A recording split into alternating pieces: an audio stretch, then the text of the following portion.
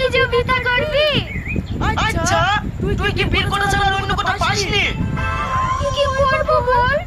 আমি একটা ঘটক, একটা ঘটক হয়ে আর একটা ঘটকের মনে কষ্ট বুঝবো না, তাই কখনো হয়? হ্যাঁ হ্যাঁ, কত কষ্ট বোঝার লোক, মনের কথা বুঝতে পারলে অনেক আগে প্রপোজ করে দিতে। কিরে কি ভাবছি? করবি?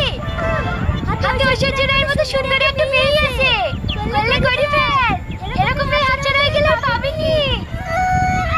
এই আমার বিয়ে তোর তো মাথা ব্যথা কেনে? তুই করবে না? হ্যাঁ করবো তো, হাতে সেরকম ছেলে আছে। না নয়, তোকে আর কদিন বলবো বলদিনি, একটা ছেলে দেখি দে না। ঘটক হয়ে নিজের বিয়ের ঘটক তালি করা যায়? তুই বল। আচ্ছা ঠিক আছে, তোর কেমন ছেলে পছন্দ বল।